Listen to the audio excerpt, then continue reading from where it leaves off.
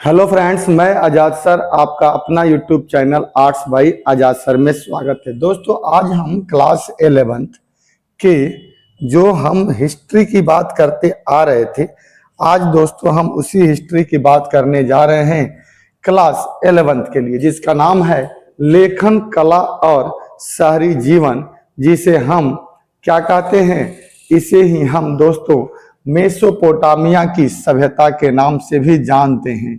क्या कहते हैं दोस्तों? मेसोपोटामिया। मेसोपोटामिया की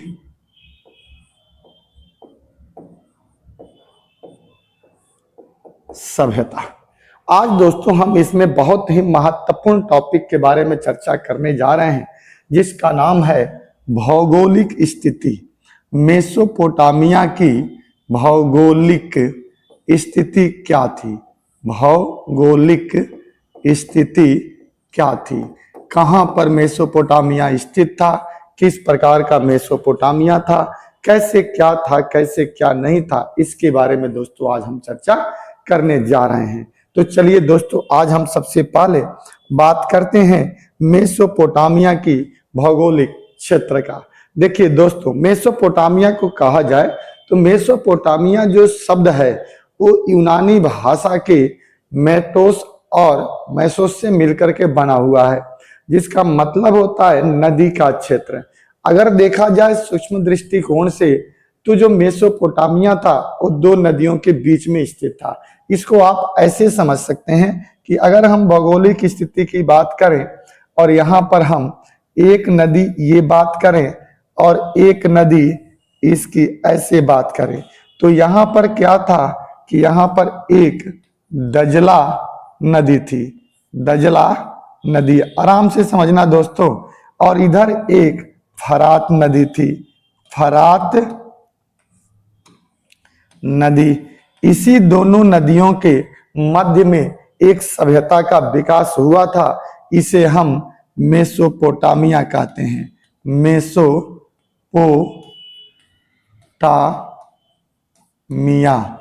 मेसोपोटामिया की सभ्यता कहते हैं। लेकिन ये सभ्यता कहाँ डेवलप हुई थी? तो ये सभ्यता मेसोपोटामिया में भी दक्षिणी हिस्से में डेवलप हुई थी। अर्थात आप ये कह सकते हैं कि इस दक्षिणी वाले हिस्से में ही डेवलप हुई थी।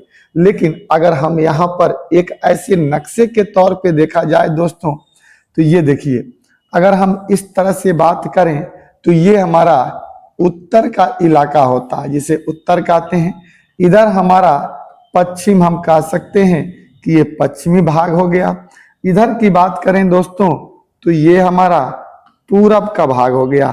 और हम नीचे की बात करें तो नीचे हमारा दक्षिण का क्षेत्र आता है। यानी एक उत्तर का क्षेत्र, एक पश्चिम का क्षेत्र, एक पूरब का क्षेत्र और ये हो गया दक्षिण का।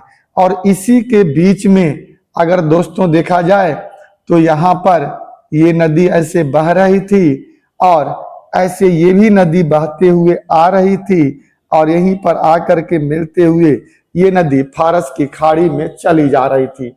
अब जब ये नदी फारस की खाड़ी में दोस्तों जा रही थी तो इसी के जो ये दक्षिण का इलाका था, जो ये वाला इलाका था, इसी दक्षिणी इलाके के यहाँ पर एक नगर का धीरे धीरे गांव प्रवृत्ति से नगर का उदय हुआ, जिसे हम उरुक कहते हैं। क्या बोलते हैं दोस्तों?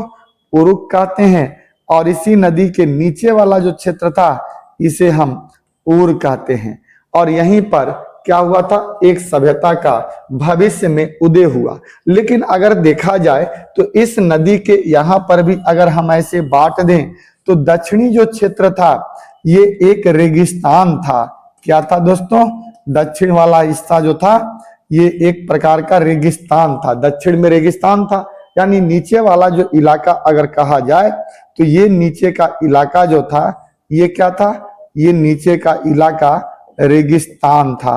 अब आप तो सवाल आएगा कि सर रेगिस्तान में ये शहर और ये शहर में सभ्यता कैसे संभव हो सकती है? जो निचला शहर था और यहाँ पे दो नगरों का उदय भी हुआ, लेकिन संभव हो सकता है। कहते नहीं है, एक कहावत कहते हैं ना कि जहां चाह होती है वहीं राह होती है। तो पत्थर पे भी कई बार पौधे खिल जाते हैं अगर मन में इच्छा होती है उसे जगाने की दोस्तों। तो यहाँ पर भी निश्चित तौर पर ये कहना आपका या मेरा या किसी का भी बात सत्य है कि दक्षिणी जो क्षेत्र था वो एक रेगिस्तान था, लेकिन इस रेगिस्तान में कैसे सभ्यता हुई? और इसी प्रकार से इसकी चारों स्थिति को देखा जाए तो भौगोलिक स्थिति हमें देखने को मिल जाती है।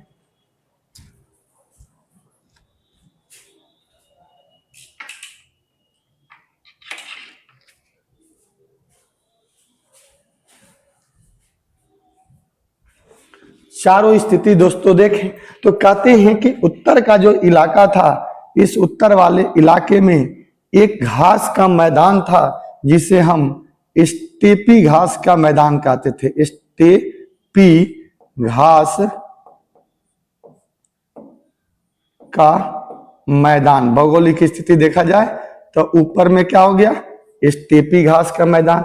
यहाँ पर बहुत सारा चीज नहीं था पश्चिम में, जिसकी वजह से यहाँ स्टेपी घास के मैदान होने के वास्ते या हरे भरे घास थे, तो यहाँ के लोग अपने जीवन निर्वाह के लिए पशु पालन करते थे। क्या करते थे दोस्तों? पशु पालन। तो यहाँ पे पशुपालन की व्यवस्था थी। इधर का जो इलाका था यहाँ खेती बाड़ी नहीं था, तो पश्चिम में पर्वत थे, पठार थे। तो यहाँ पर इन पर्वत और पठारों में खनिज तत्व की मात्रा होती थी, खनिज पाए जाते थे, पत्थर पाए जाते थे, धातु यहाँ पर पाए जाते थे। तो ये क्षेत्र हमारा भौगोलिक स्थिति इधर ये था। और पूरब वाला इलाका जो था यहाँ पे हरे भरे घास के मैदान थे, हरे भरे घास के मैदान थे। अब इन मैदानों में यहाँ पे पर्वतें भी, पर्वत श्रृंखलाएं भी थी। और दक्षिण में आपने देखा कि क्या था? रेगिस्तान था। तो ये देखा जाए कि भौगोलिक स्थिति तो उत्तर में। अब यहाँ पर क्या था कि इन चीजों के होने के वास्ते यहाँ पे अनाज नहीं था। तो अब ऐसे में इनका जीवन किस पर निर्भर था? तो इनका जीवन किस पर निर्भर था दोस्तों? व्यापार पर निर्भर था। तो ये लोग व्यापार करते थे। और दक्षिण में चूंकि रेगिस्तान था और रेगिस्तान में ऊपर से दो नदियां ये आती थी और अपने साथ उपजाऊ मिट्टी लेकर के आती थी, और ये उपजाऊ मिट्टी यहाँ छोड़ देती थी, जिसकी वजह से दक्षिणी मेसोपोटामिया में कृषि का विकास हुआ। तो इनका जीवन का आधार क्या बन गया? कृषि बन गया। तो देखा जाए तो यहाँ के लोगों के जीवन यापन करने के लिए दोस्तों जो भौगोलिक क्षेत्र था, यहाँ पर पशुपालन, कृषि और व्यापार, इन तीन चीजों से अपना जीवन यापन ये लोग करते थे। व्यापार कैसे करते थे दोस्तों? तो यहाँ पर क्या था कि इनके पास खेती होती थी, लेकिन इनके पास लोहा लक्कड़ धातु पत्थर नहीं था। और इस इलाके में लोहा लक्कड़ धातु पत्थर था।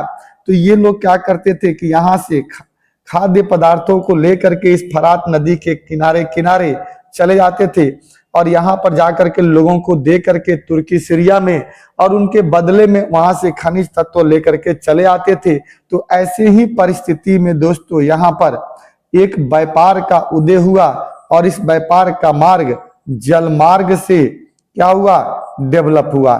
जल मार्ग, और ये नदी जो थी ये फरात नदी थी। इसी फरात नदी से यहाँ पर विकास की संभावना शुरू हो गया। तो दोस्तों देखा जाए तो ये सारी प्रक्रिया यहाँ पर शुरू होती है। ये थी भौगोलिक स्थिति यहाँ की रेगिस्तान में ही। फिर धीरे धीरे यहाँ पे सबसे पहले नीचे में जो सभ्यता डेवलप हुआ, इसे ही हमने क्या नाम दिया? सुमेर सभ्यता या सुमेरियन की सभ्यता हमने नाम दिया।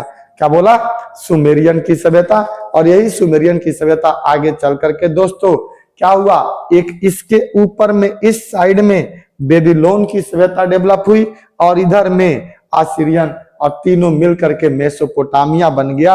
अर्थात मेसोपोटामिया कहते हैं कि तीन सभ्यताओं का क्या था? संगम था दोस्तों। तो मेरे ख्याल से आपको मेसोपोटामिया की भौगोलिक स्थिति कैसी थी ये निश्चित तौर पे समझ में आया होगा। इस प्रकार से चित्र बना करके दोस्तों अगर आप एग्जाम हॉल में एक्सप्लेन करते हो तो आपके लिए बहुत ही महत्वपूर्ण होगा और अच्छे नंबर भी आने की संभावना बनी रहेगी। ठीक है दोस्तों, तो चलिए अब आगे करते हैं। अब आता है इसमें कि हमने क्या पढ़ा इसको हम समझा देते हैं यहाँ पर। अब देखिए, कह रहा है कि मेसोपोटामिया एक विविधता वाला देश है, यानी यहाँ पर कोई एक चीज नहीं, कई सारे चीजों का मिक्सचर है। मेसोपोटामिया के पूर्वोत्तर भाग में, अभी हमने कहा ना कि जो पूरब का इलाका था मेसोपोटामिया का, उसके पूर्वोत्तर भाग में हरे भरे ऊंचे नीचे मैदान थे।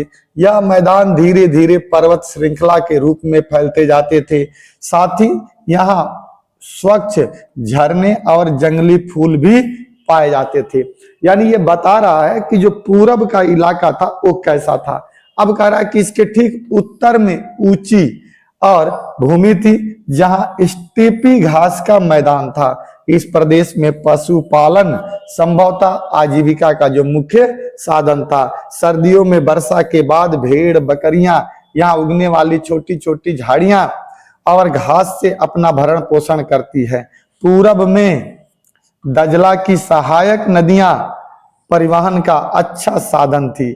देश का दक्षिणी भाग एक रेगिस्तान था। अब देखिए, उत्तर भी हो गया, पूरब भी हो गया, दक्षिण में क्या हो गया, एक क्या था, रेगिस्तान था। इस रेगिस्तान में फरात नदी और दजला नदियां बहती थी, जो अपने साथ, यह नदियां पहाड़ों से निकलकर अपने साथ उपजाऊ मिट्टी लेकर आती थी, और यही उपजाऊ मिट्टी वहां पर क्या बना, इस सभ्यता के निर्माण का कारण बना। सभ्यता के निर्माण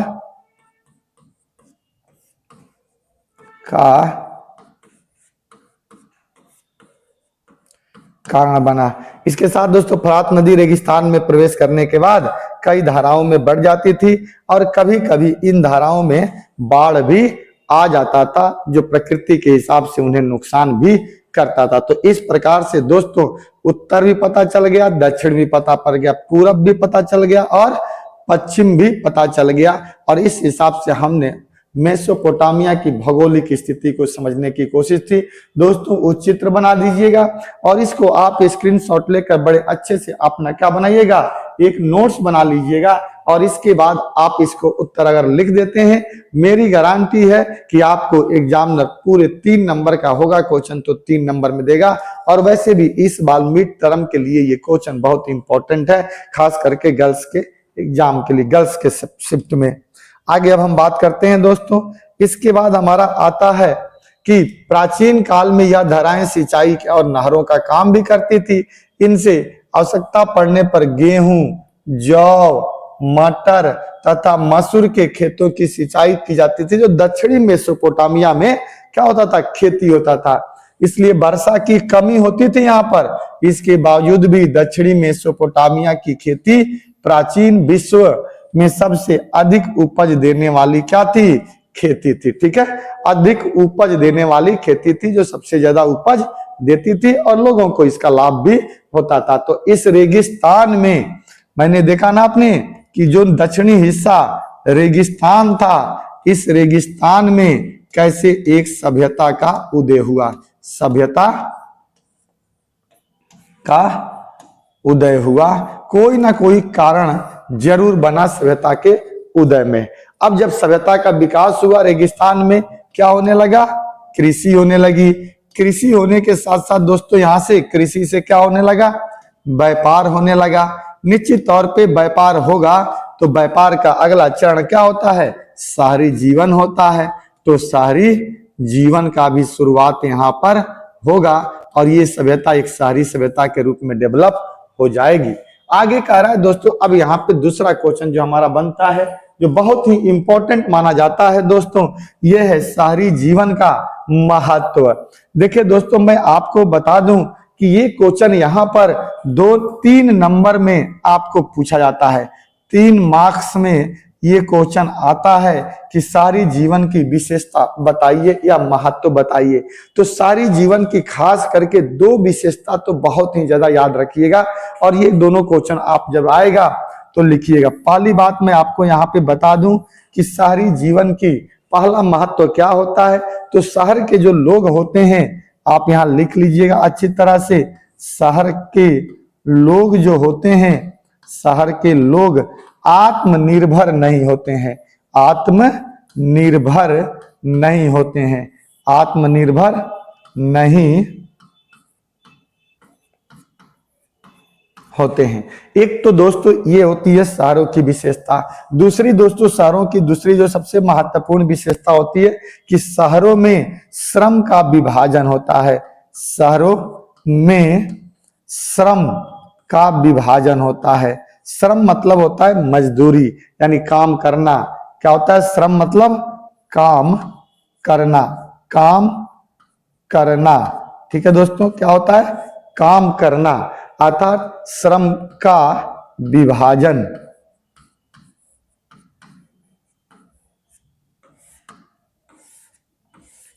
श्रम का विभाजन, सीधी सीधी बात हो गई, श्रम का विभाजन होना। ठीक है, शहर के लोग आत्मनिर्भर नहीं होते हैं, पहली बात, क्योंकि शहर में सब कुछ एक आदमी के हाथ में नहीं होता है, तो कई सारे काम होते हैं। जैसे इसको ऐसे एग्जाम्पल पे समझ सकते हैं दोस्तों आप, कि मान लीजिए किसी व्यक्ति को सोनार है और उसे कोई सामान बनाना है।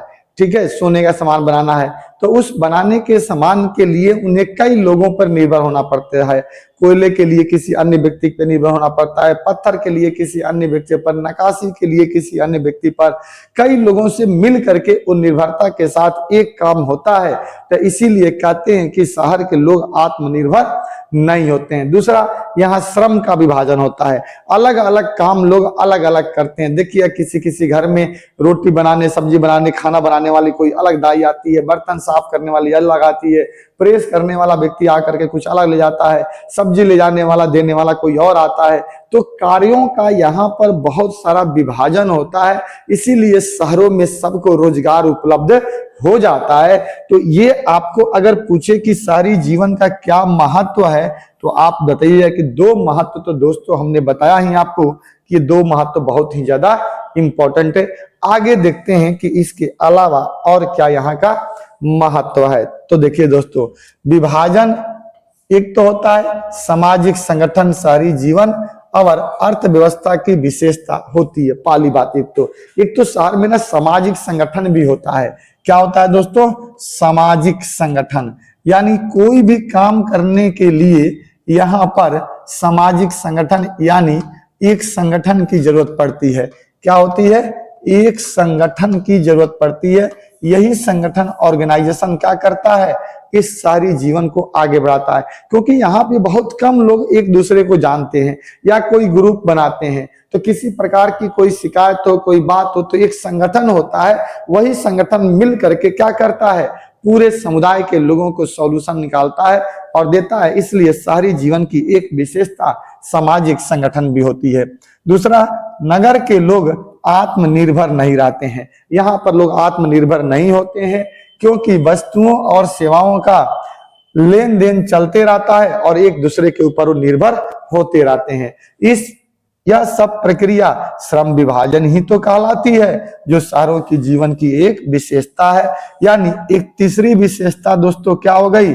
श्रम विभाजन। तो पहली विशेषता हमने देखा सामाजिक संगठन होता है, दूसरा कि आत्मनिर्भर नहीं होते हैं, दूसरी विशेषता हो गई, और तीसरी विशेषता हो गई दोस्तों कि श्रम का विभाजन होता है। अगर ये तीन बातें अच्छी तरह से एक्सप्लेन करके आप एग्जाम हॉल में लिख देते हैं, तो 100% दोस्तों हम बताते हैं कि आपको ये क्या होगा? समझ में आएगा। दोस्तों अगर आपको वीडियो ये अच्छी लगे और मैं आपको बेहतर पढ़ा रहा हूं, तो आप निश्चित तौर पे अगर पहली बार चैनल पे आए हैं तो आप मेरे चैनल को सब्सक्राइब जरूर करिएगा। अगर पहले से मेरे चैनल को आप सब्सक्राइब कर चुके हैं तो इसके लिए धन्यवाद, और आप इस वीडियो को अपने दोस्तों के बीच में शेयर करिएगा और एक बार लाइक जरूर करिएगा। आपकी छोटी सी ये काम से हमारा मनोबल बढ़ जाता है। अब चलिए, दो हमने क्वेश्चन कराया आपको। पहला क्वेश्चन हमने क्या कराया दोस्तों? पहला क्वेश्चन हमने ये कराया आपको कि इस भौगोलिक स्थिति क्या थी, दूसरा शहरों की विशेषताएं क्या होती हैं। अब आता है कि मेसोपोटामिया में माल की आवाजाही। माल मतलब दोस्तों यहाँ पर होता है सामान। अक्सर हम लोग कहते हैं ना कि माल की गाड़ी आ गई है, यानी माल आ गया है, यानी सामान आ गया है। तो माल मतलब सामान, आवाजाही मतलब होता है आना जाना। आना जाना यानी सामान का आना और जाना, एक जगह से लेकर के आना और दूसरी जगह सामान को लेकर के जाना, ये आवाजाही कहलाता है। तो दोस्तों अब हम आपसे बताने जा रहे हैं कि मेसोपोटामिया में माल की आवाजाही का मतलब क्या हुआ। व्यापार की शुरुआत हो गई। किसकी शुरुआत हो गई दोस्तों? व्यापार की शुरुआत हो गई। अब आप बताइए कि व्यापार कब होगा जी? जब कोई वस्तु हमारे पास होगी तो कोई वस्तु हमारे पास नहीं होगी। तो अगर आपसे कोई व्यक्ति पूछता है कि व्यापार की परिभाषा बताइए, हम यहीं से समझने की कोशिश करते हैं, तो व्यापार की परिभाषा क्या होगा? तो हम तो यही ना कहेंगे कि जो वस्तुएं होती हैं, वस्तुओं का लेन देन ही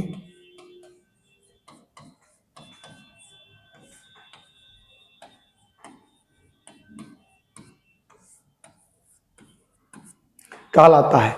वस्तुओं की लेन देन ही कहलाता है। वस्तुओं की जो लेन देन होती है इसे ही दोस्तों हम क्या कहते हैं? व्यापार कहते हैं। तो फिर कहिएगा सर जी लेन देन क्या मतलब कैसे? तो देखिए हर चीज पहले के जमाने में ना व्यक्ति बहुत कम दूसरे के ऊपर निर्भर होता था। जितनी चीजें होती थी उतना से ही हम काम चला लेते थे। लेकिन जैसे जैसे आधुनिकता के दौर में हम प्रवेश होते गए, आदमी बहुत सारे चीजों से ना जुड़ता हुआ चला गया।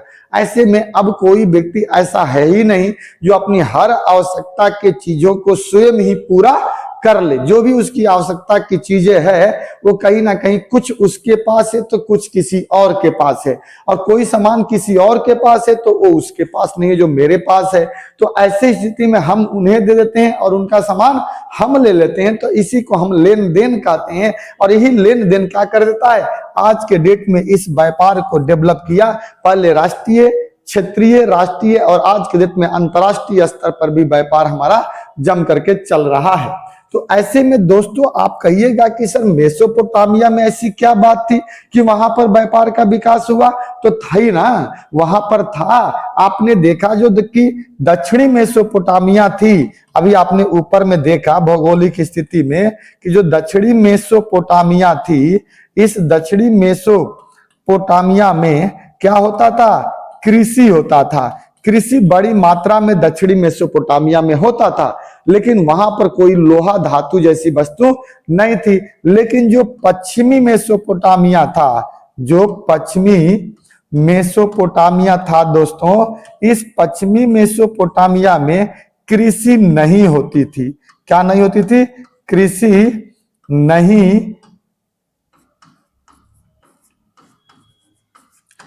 नहीं होती थी, लेकिन इनके पास धातु बहुत था। खाने पीने की वस्तुएं कम थी, तो वही धातु ये लोग यहाँ से ला करके यहाँ दे देते थे। यानी ये धातु यहाँ लेकर के दाते थे और यहाँ से कृषि की वस्तुएं लेकर के चले जाते थे। इन्हीं प्रक्रिया में यहाँ से यहाँ आना और यहाँ से यहाँ जाने की प्रक्रिया में क्या डेवलप हो गया? व्यापार हुआ। और इसी व्यापार के तहत हमने क्या लेकर आना जाना शुरू कर दिया? माल को लेकर के आना जाना शुरू कर दिया। तो इसी को हम मेसोपोटामिया में माल की आवाजाही कहते हैं। दोस्तों निश्चित तौर पे आपको बड़ी साफ सुथरे शब्दों में समझ में आ गया होगा, ठीक है? समझ में आ गया होगा, ठीक है? अब चलिए आगे हम बात करते हैं। आगे इसको देखते हैं क्या लिखा हुआ है इसमें। अब देखा है कि मेसोपोटामिया में खाद्य संसाधन तो अच्छी मात्रा में थी, लेकिन खनिज संसाधन का अभाव था। आ गई बात ना कि जो दक्षिणी मेसोपोटामिया था उसमें खाद्य संसाधन तो था, यानी खाने पीने की वस्तुएं तो दोस्तों अच्छी थी, लेकिन वहां पर खनिज संसाधन का क्या था? अभाव था। तो निश्चित तौर पे एक तरफ यहाँ खनिज खाद्य वस्तुएं हैं, एक तरफ यहाँ पे खनिज वस्तु है, तो निश्चित तौर पे यहाँ से कोई चीज यहाँ आएगा और यहाँ से यहाँ जाएगा। इन्हीं दोनों के बीच की प्रक्रिया को ही तो हम क्या कहते हैं? व्यापार कहते हैं। और इसी व्यापार में तो माल एक स्थान से दूसरे स्थान आता भी है और जाता भी है। तो ऐसे में ही क्या हुआ? माल का विकास हो जाएगा। दक्षिण के अधिकांश भागों में औजार, मोहरें और आभूषण बनाने के लिए पत्थरों की कमी थी। निश्चित तौर पे पत्थर नहीं थे वहां पे दक्षिणी इलाके में, क्योंकि दक्षिणी इलाका कैसा था दोस्तों? दक्षिणी इलाका खेती होती थी, खेती का जगह था। जबकि खजूर और पोपलर के पेड़ों की लकड़ी, गाड़ियां या नाव बनाने के लिए कोई खास अच्छा साधन नहीं था, जिससे कि हम नाव बना करके दूसरे इलाके में फरात नदी के माध्यम से चले जाएं और वहां से जाकर के लेकर के हम चले आएं। ऐसी स्थिति में औजार, पात्र, गहने बनाने के लिए भी धातु उपलब्ध नहीं था। अब दक्षिण में धातु नहीं था, तो इसी धातु को, जो यहाँ पर धातु था, इसी धातु को हम लाने के लिए क्या करते थे, यहां से यहां व्यापार करते थे। और चूंकि यहाँ कृषि था, तो इसी वस्तु को हम यहां से यहां ले जाकर के बेचने का काम करते थे। तो इसी प्रक्रिया में माल की आवाजाही हो गई, तो हमने व्यापार शुरू कर दिया। इसके बाद आता है दोस्तों ट्रांसपोर्ट आएगा। जब वस्तु एक जगह से दूसरे नहीं रहेगी तो जाएगा आएगा। तो ऐसे स्थिति में अब यहाँ पर हमने कहा कि दो नदियां यहाँ पे डेवलप हुई थी दोस्तों। ये नदियां, ये थी कौन सी, दजला नदी थी। दूसरी नदी यहाँ पर कौन थी, फरात नदी थी। अब फरात नदी से ही तो व्यापार होता था, इसी से जल मार्ग की शुरुआत हुई थी। हमें जल मार्ग की शुरुआत हुई थी और यहाँ से धीरे धीरे चीजें यहाँ पर आने जाने लगा था। और इसी के माध्यम से, चूंकि यहाँ पे उर के नगर थे, उरुक थे, यहाँ उर था, और यहाँ पर एक सभ्यता, एक शहर डेवलप हुआ था जिसे हम क्या बोलते थे दोस्तों, मारी कहते थे। तो ये मारी भी यहाँ से इधर आगे बढ़ेगा। तो अब यहाँ का सामान यहाँ जाना और यहाँ का यहाँ आने लगता था। उत्तर से यहाँ दक्षिण आया और पश्चिम गया। ऐसे में यहाँ पर क्या हुआ, परिवहन का विकास हुआ। परिवहन का साधन क्या था, परिवहन का सबसे बेस्ट साधन जल मार्ग था। और ये जल मार्ग कौन सा था दोस्तों, जल मार्ग फरात नदी थी। फरात नदी से ही जल मार्ग की शुरुआत होती थी। और इस प्रकार से दोस्तों यहाँ से व्यापार की प्रक्रिया शुरू हो गई। आप इसे आगे भी देख सकते हैं। ठीक है दोस्तों, तो अब आप दोस्तों इस वीडियो को आप लाइक करिएगा, शेयर करिएगा, और पहली बार अगर चैनल पे आए होंगे तो हमारे भाई आप इसको सब्सक्राइब जरूर करिएगा। आपके सब्सक्राइब करने से हमारा मनोबल बढ़ेगा, और पहले से जो आदमी वीडियो देख रहे होंगे वो आप इसे दोस्तों के बीच में शेयर जरूर करिएगा। जय हिंद, जय भारत।